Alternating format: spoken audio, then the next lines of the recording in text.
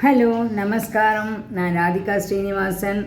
என்னோடய first video இது, second video இது. ஃபஸ்ட் வீடியோவில் நீங்கள் எல்லோரும் எனக்கு சப்போர்ட் பண்ணதுக்கு ரொம்ப தேங்க்ஸு. நான் இப்போ என் செகண்ட் வீடியோவில் உங்களுக்கு ஒரு நல்ல ரெசிபி சொல்ல போகிறேன். நான் என்னென்னா, குளிர்காலம் இப்போ நம்ம குளிர்காலத்தில் தான் இருக்கோம். மார்கழி மாதம் இன்னொரு 15 நாள் மார்கழி மாதம் இருக்குது. மழையும் சில இடத்துல பெய்ஞ்சுட்டுருக்கு. இப்போ ஜுரம், ஜலதோஷம், இருமல் எல்லாம் இந்த குளிர்காலத்தில் எல்லாருக்கும் வந்துட்டுருக்கு. நான் ஒரு நல்ல ரெசிபி உங்களுக்கு நான் சொல்ல போகிறேன். அதை நீங்கள் எடுத்துக்கோங்க. மிளகு குழம்புக்கு என்னென்ன இன்க்ரீடியன்ட்ஸ் வேணுமோ நான் எல்லாம் உங்களுக்கு இப்போ நான் சொல்கிறேன். நான் அதை பண்ணி காமிக்க போகிறேன். அந்த இன்க்ரீடியன்ட்ஸை ஃபஸ்ட்டு நீங்கள் பார்த்துக்கோங்க.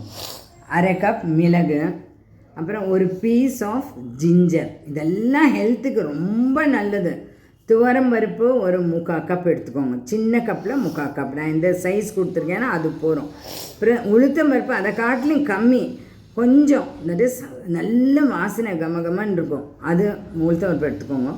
அப்புறம் புளி நீங்கள் நல்ல பெரிய எலுமிச்சம்பழம் அளவு புளியை நல்லா தண்ணியில் போட்டு கரைச்சி வச்சு, இதெல்லாம் உங்களுக்கு தெரியணுமே என்னென்ன இன்க்ரீடியன்ட்ஸ்க்கோசரம் நான் காமிச்சிருக்கேன் உங்களுக்கு. அதுதான். அப்புறம் மிளகா வத்தல், பெருங்காயம், அப்புறம் கருவேப்பிலை. இது இம்பார்ட்டண்ட் என்ன தெரியுமா? மிளகு குழம்புக்கு மிளகு, இஞ்சி, கருவேப்பிலை அது ரொம்ப நல்லது. இஞ்சி டைஜஷனுக்கு நல்லது, மிளகு எல்லாத்துக்கும் நல்லது, கருவேப்பிலை பிபிக்கு நல்லது. அப்புறம் மிளகா வத்தல் நான் இங்கே ஒரு 4 பீஸ் வச்சுருக்கேன். பட் உங்களுக்கு எத்தனை காரம் தேவையோ அந்த அளவு நீங்கள் போட்டுக்கோங்க. கடுகு தாளிச்சுக்கிறது கடுகு வச்சுக்கோங்க. அப்புறம் கொஞ்சோண்டு வெல்லம் பக்கத்துலேயே வச்சுக்கோங்க. இப்போ நான் எப்படி பண்ணுறதுங்கிறத நான் உங்களுக்கு காமிக்கிறேன். நான் இப்போ இதில் கொஞ்சம் நல்லெண்ணெய் குத்திருக்கேன். இதில் ஃபஸ்ட்டு மிளகு போட்டுக்கிறேன். அப்புறம் துவரம் பருப்பு போட்டுக்கிறேன். அப்புறம் கொஞ்சமாக உளுத்தம் பருப்பு, ரொம்ப வேண்டாம், கொஞ்சம் வாசனைக்கு தான் உளுத்தம் பருப்பு. அப்புறம் பெருங்காயம் கொஞ்சம். ஃபஸ்ட் பெருங்காயம் கொஞ்சம்.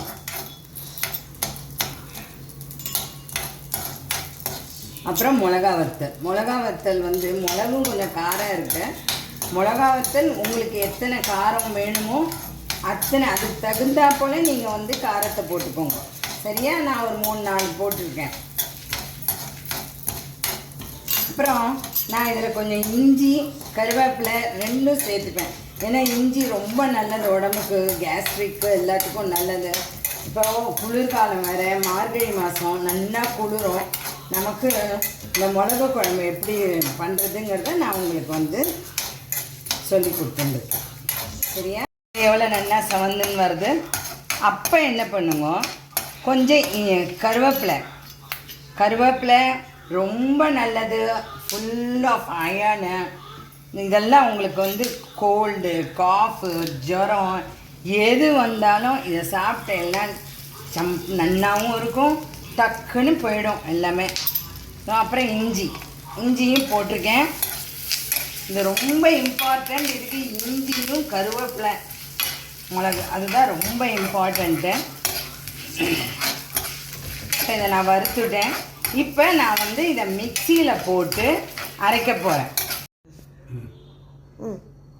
இப்போ இந்த இன்க்ரீடியன்ட்ஸ் எல்லாம் நான் உங்கள்கிட்ட காமிச்சேன் இல்லையா? மிளகு குழம்புக்கு என்னென்ன வேணும்: மிளகு, துவரம் பருப்பு, மிளகா வத்தல், பெருங்காயம், இஞ்சி, கருவேப்பிலை எல்லாம் இதில் போட்டு வறுத்து இதில் போட்டு நல்லா அரைச்சிட்டேன். அரைக்கச்சு நான் வெறும் ஜலத்தை குத்திக்க மாட்டேன், புளி ஜலம் கரைச்சி வச்சுருக்கேனே அதுலேருந்து கொஞ்சம் குத்தி அதை நல்லா பாருங்க, இது நல்லா விழுமோன்னு அரைப்பட்டுருத்து.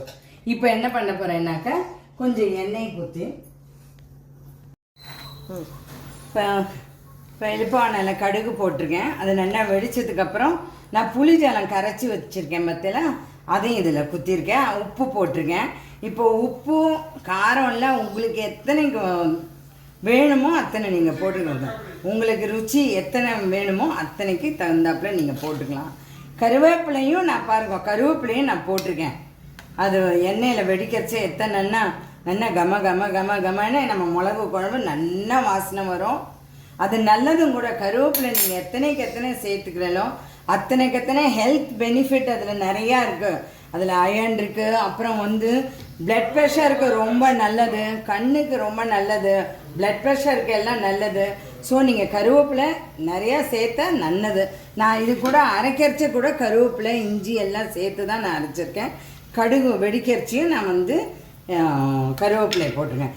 இப்போ இந்த அரைச்சி வச்ச விழுதை நான் இதில் போடுறேன். அரைச்சி வச்ச விழுதை இதில் நான் போட்டுட்டேன். பாருங்கள், அரைச்சி வச்ச விழுது இதில் போட்டிருக்கேன். பாருங்கள், இப்போ நான் வந்து அரைச்ச விழுதெல்லாம் இதில் புளி ஜலத்தில் போட்டாச்சு, இழுப்பவானில் போட்டாச்சு பேனில். அதை நல்லா கொதிக்க போடுது. நீங்கள் வந்து சில பேர் கொஞ்சம் வெல்லமும் சேர்த்துப்பா, கொஞ்சம் வெல்லமும் சேர்த்துப்பா. உங்களுக்கு வேணுன்னா கொஞ்சம் ஒரு பீஸ் ஆஃப் ஜாகரி சேர்த்துக்கலாம். இப்போ எல்லாத்துக்கும் எல்லாம் கொஞ்சம் கொஞ்சம் வெல்லம் சேர்த்துக்க ஆரம்பிச்சிருக்கேன் எல்லோரும். நீங்களும் சேர்த்துக்கோங்க, நல்லாயிருக்கும். ரொம்ப சேர்த்துக்க வேண்டாம், சரி கொஞ்சம் உங்களுக்கே தெரியும் அவாவாலோட டேஸ்ட் அவாவாளுக்கு.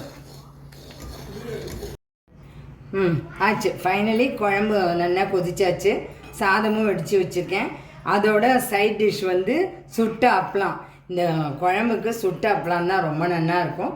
நீங்கள் சாதத்தோட கொஞ்சம் நெய் அப்புறம் நல்லெண்ணெயை குத்தி நல்லா பிசைஞ்சு இந்த குழம்பையும் கொஞ்சம் பிசைஞ்சுன்னு சாப்பிட்டுட்டோம். எப்படி இருக்குங்கிறத எனக்கு நீங்கள் கமெண்ட் செக்ஷனில் போடுங்க. ஃபைனலாக like, comment and please share and subscribe to my channel. Bye. Have a nice day.